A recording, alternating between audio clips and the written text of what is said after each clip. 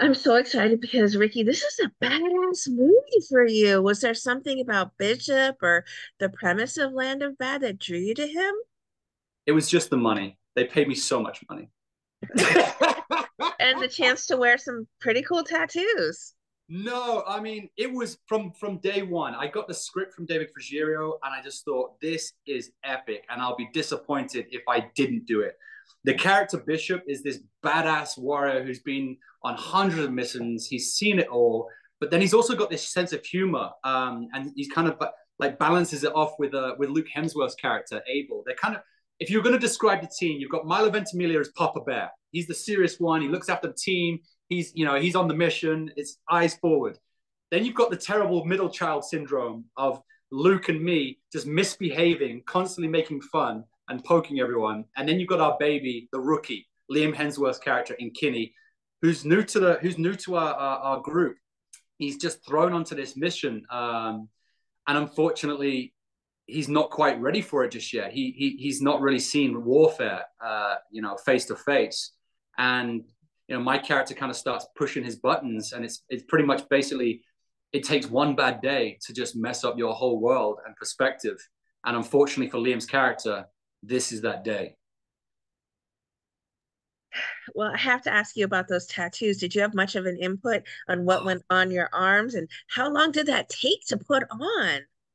I have zero tattoos. I am so disappointed because now I just feel empty and boring. I'm like, oh, is this me? Ugh, blank slate. I'm so vanilla.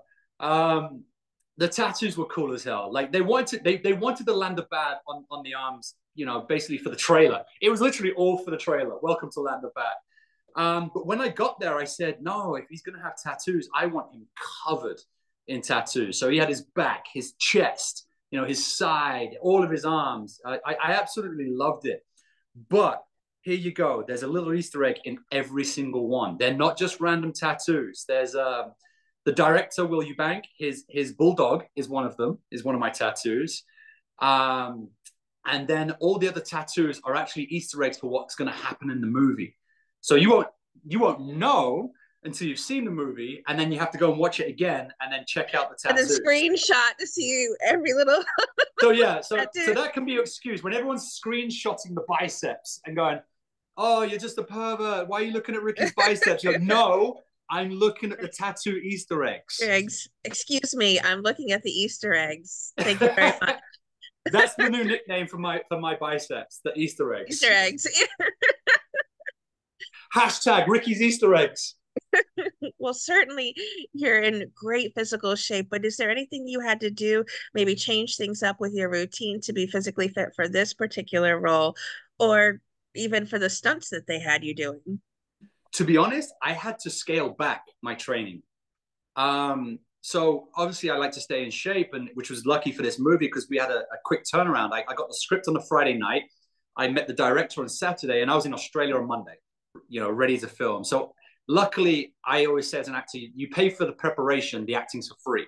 I trained today, this morning. I train, before work and after work and blah, blah, blah. And I maintain that fitness. So luckily I was in shape already for the role that may take other people time to get into shape for. Um, but we very quickly realized after the first kind of couple of days, we'd be up at 2 in the morning to kind of beat the sunrise to start filming. And then after work, we'd hit the gym. But then you realize the Australian landscape where we filmed this movie was so intense, and that the weight of the equipment we were wearing, that all soldiers kind of wear, the breastplates, the body armor, and then the guns. We've got a sidearm, we've got assault rifles, and then my character Bishop is the sniper. So he has this 50 cal sniper rifle on his back, and then takes it out, quarter of the way through the movie, and is carrying that around. That's like, I don't know what that weighs. That's like 50, 100 pounds. I don't know what it is. It felt like a small human. But I realized that if I was going to do any leg days or any arm days in the gym, I wouldn't have been able to work because it was so intense running around the mountains all day that your legs were exhausted and your arms were exhausted from carrying kind of all these weapons. So the boys basically stuck to, I think it was literally just chest and back days, and that was it. Everything else was covered from filming. Is there a scene that maybe challenged you the most, or even that you're the most proud of watching it? I don't know if I can say it. Oh dear. There's a great monologue that David Frugero wrote in the movie where Bishop's basically calling out Liam's character Kinney, who is the JTAC. He basically works with the drone pilot, giving coordinates for the drone pilot, which is almost like a faceless fighter jet that's bombing. So he pushes a button, whereas he calls us soldiers, us special forces teams, barbaric, and he calls us barbarians. And I've said that basically war is barbaric, the whole thing, that you're no different to us, except we have the courage to do it face to face. You're just pushing buttons, but we're still the same people. No one wins in war. And at the end of this kind of beautiful speech that was written, I say, "Welcome to the land of bad," and I show him my arms where I have Land of Bad tattooed, and it's kind of like a code in the acting world that you don't say the name of the movie in the movie, but I had to say the name of the movie in the movie and have the name of the movie tattooed on my arms, and I had to show the name of the movie and say the name of the movie in the movie. So for 3 weeks, I was terrified about how am I going to get this done? How do I make it like, you know, work? And eventually, we figured it out, and the guys were hilarious. Luke Hemsworth kind of hit me with some great kind of improvisation during it. The outtakes are hilarious, but I'm really happy with kind of how that speech kind of comes out, because everything that's said is real. No one's a winner in war. War is just barbaric, and it's a sad state of affairs where unfortunately we're still in parts of the world are still going at it, and it's a shame that we can't kind of come to better conclusions, because there are no winners, there's only losers. So that's a great scene amongst all the kind of epic thriller and bombs and bullets and crazy shenanigans. There's this kind of moment of kind of, listen, this is what war is. Well, certainly this is an epic action film, start to finish. Is that what you think's going to make it a fast fan favorite movie? That the action doesn't relent, that each viewer invests in each individual character as well? I think what we're getting to, I think we've seen it in you see it in the ratings in the box office. Sorry, we're kind of done with CGI. We're kind of done with like all this crazy special effects where you're basically watching cartoons now.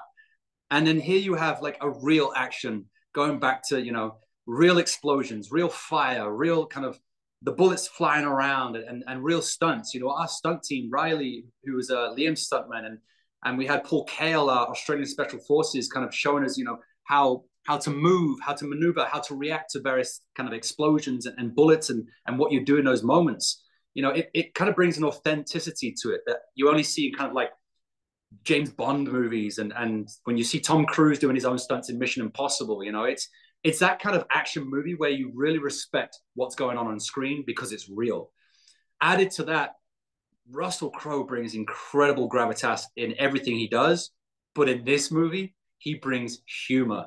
His humor is hilarious, and he is so funny and so heartfelt and warm in this movie that it kind of balances that kind of crazy epic intensity. So I think it's kind of a mixture of everything. Not to mention a lot of sweaty, shirtless guys for those guys and girls who are into that. If you're into sweaty Hemsworths running around and Milo Ventimiglia shirtless, I'm just saying that maybe that's your thing, and you might want to see the movie because of it.